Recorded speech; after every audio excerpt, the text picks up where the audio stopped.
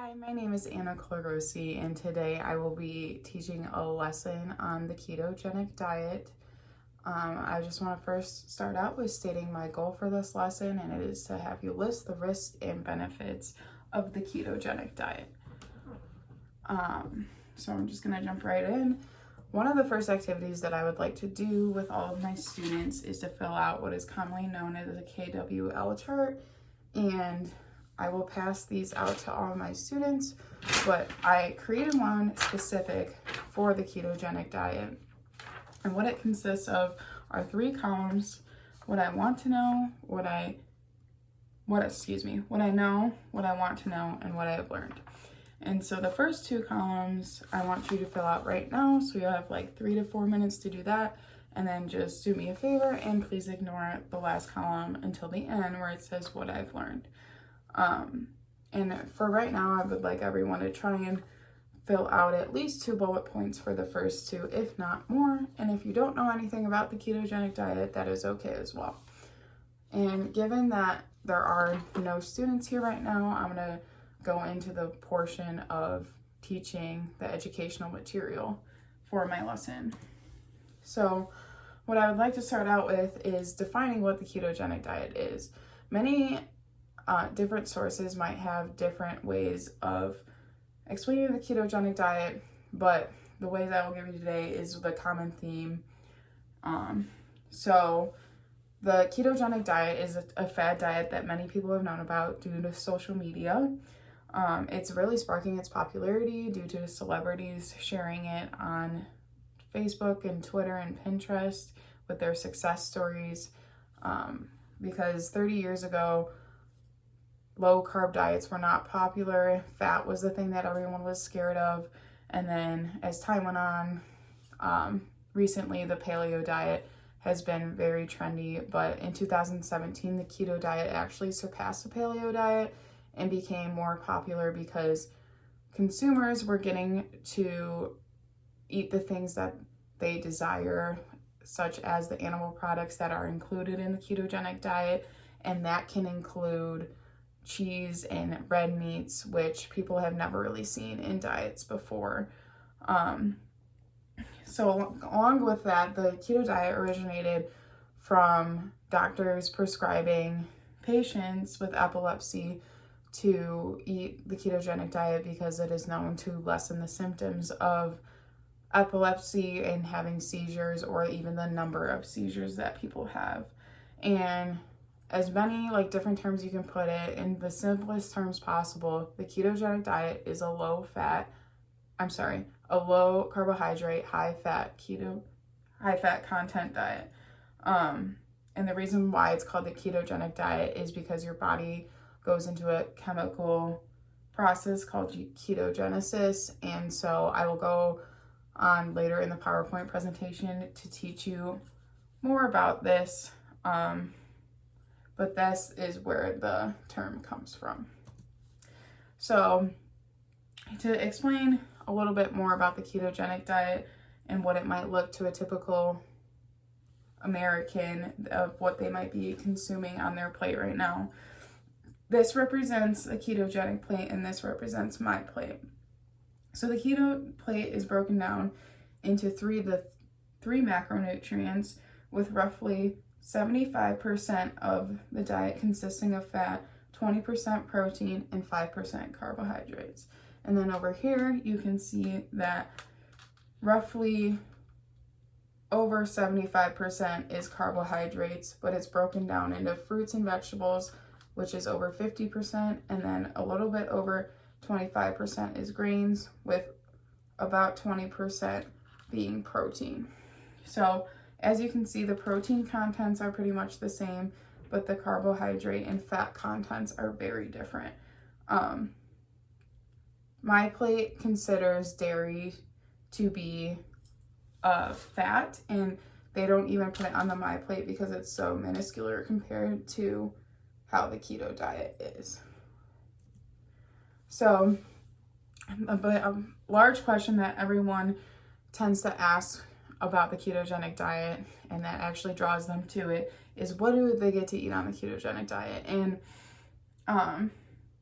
there's quite a few food rules when it comes to this. But as any other diet, it refrains from highly processed foods and carbohydrates. And then the main food groups here, as you can see, are seafood, which can include shrimp, cod, salmon, and other seafoods. Vegetables, you have to be careful with this because it does not include starchy vegetables such as potatoes and corn, but you can eat like dark leafy vegetables such as spinach and olives and avocados and other low carb vegetables, just not a high carb content vegetable. And then you can consume dairy such as half and half creamer and cheeses, and then poultry such as duck and chicken along with eggs. Other meats such as beef and venison, and then nuts is like almonds and walnuts and other nut butters. Peanut butter is a big attraction with the ketogenic diet as well. And then it is really important to note that all people will refrain from highly processed foods because that could put you out of the state of ketogenesis. So those foods can include like donuts, cookies, crackers, a lot of refined sugars that people typically label as junk food. So then I kind of wanted to take you guys through like what a typical day would be with someone who is on the ketogenic diet. So as you can see, this is what a typical day would look like, and there's almost no carbohydrates on here. But for breakfast, someone could have bacon with spinach and eggs, and then lunch, pesto chicken with a side salad, as well as dinner with seared scallops and cheese. And then for a snack, they can have a handful of nuts and coconut chips. The desirable thing that you don't typically see with other diets is that they're consuming bacon and cheese, which are two very desirable things, which people are looking for. A lot of the concern comes from like, how does the ketogenic diet work? And it can get kind of confusing. So to break it down in simpler terms, I kind of have these arrows up here. So for a regular American diet, your body uses glucose for energy. So typically Americans have a sufficient amount of carbohydrates from their meals, considering that they're consuming greens, proteins, fruits, and vegetables. With protein is not necessarily a part of glucose, but with the high concentration of fruits and vegetables and grains, they're getting a lot of carbohydrates. So when you consume these carbohydrates, the body breaks it down into these little energy stores called glucose. And glucose is your body's primary source of energy because it's so readily available.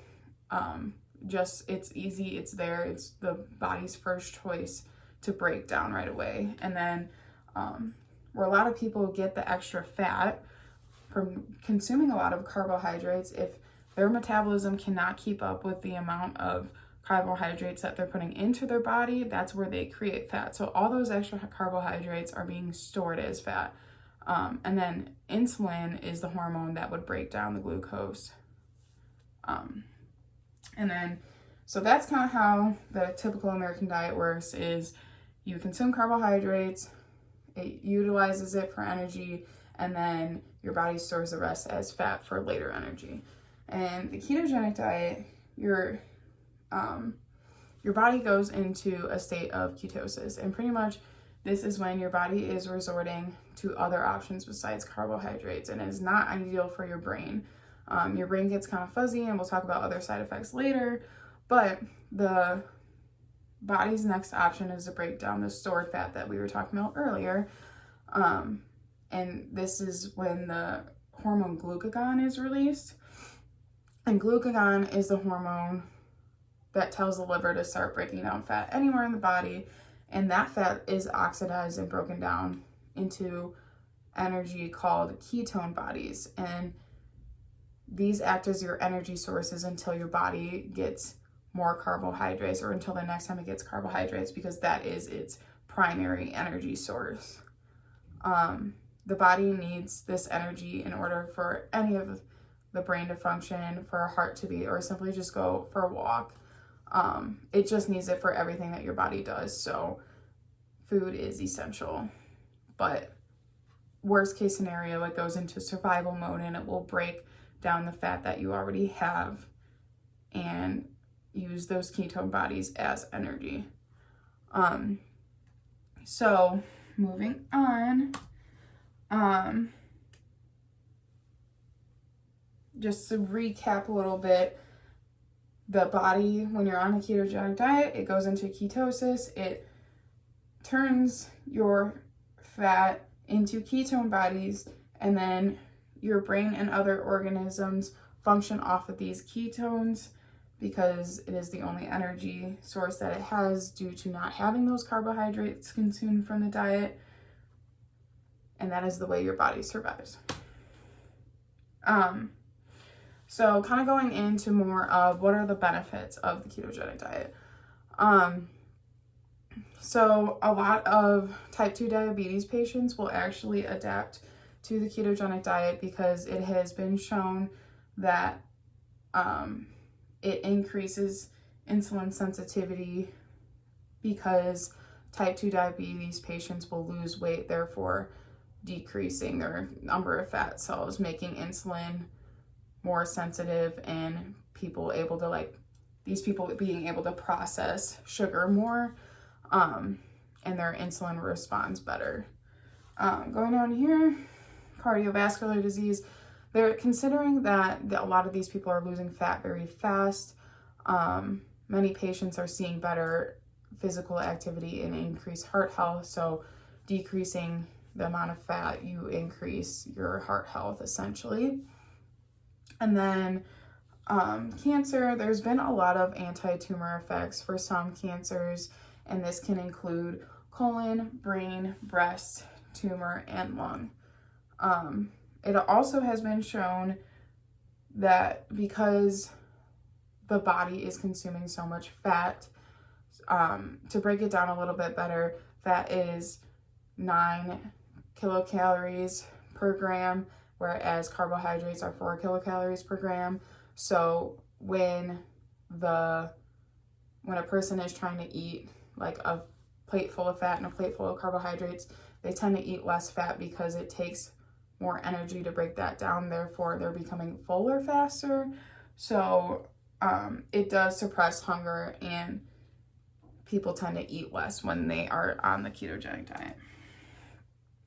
So then moving more into the risks of the ketogenic diet, considering that the ketogenic diet consists of a lot of animal products and saturated fats, the long-term effects of consuming that much animal fat has shown to build up plaque in arteries and potentially worsen your risk for cardiovascular disease, as well as just make your heart health a little less great long-term. And other things as cancer could be a risk as well. It shows like anti-tumor effects on other cancers, but for kidney cancer, it actually promotes the tumor and makes it larger, as studies have been shown. Another issue with the ketogenic diet is people have a hard time maintaining their weight once they lose it, because as we were talking about before, when your body's in ketosis, it is still on its secondary energy form. So once you introduce that primary energy form, your body goes back to the way it was before. And so after 6 months of people being on the diet, they tend to gain most of it back within those 6 months after being off of it. And this is because of the survival instinct that our bodies were known. Pregnancy and lactation is another risk factor. If people are pregnant or thinking about getting pregnant or breastfeeding their children, they should not go on the ketogenic diet, because the ketone bodies are actually something called a tetragen. And when mothers have their fetus in the womb, or they're lactating and giving the breast milk to their children, this tetragen is a poison that could potentially harm the development and brain development of their children, because it's so acidic. And so, oh, I'm gonna go back, sorry about that. One of the major things with the ketogenic diet are the symptoms of keto flu. And this is something that not a lot of people know about. And it's like anything is like the regular flu. So you can have nausea, a fever, a headache, faintness, and some people experience what this thing called keto breath, and it's when you breathe out and your breath smells like fruity or like acetone, which is the smell of the ketones producing in your body. And a person may experience none of these symptoms, or they may experience a lot of these symptoms. Many people also report a lot of mood changes, and another thing that people have issues with is constipation, because they have the lack of fiber from consuming so many meats and not a lot of vegetables and grains and all that stuff that gives you fiber. So with that as well, you're not consuming a lot of vitamins and minerals. So people do look into taking supplements because they're not having the fruits and vegetables which create those vitamins and minerals in their body. Okay, and right now is when I would give the Kahoot to the class and give about 5 to 6 minutes of that.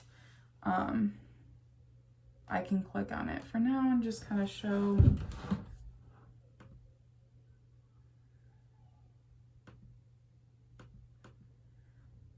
So essentially, I have a Kahoot here, and I would give it to the class and take 5 to 6 minutes to do that. But because I don't have a class right now, Ruth, I believe you have the link to my Kahoot. So if you would like to look at the questions for that, they're very informative of what I just taught my class.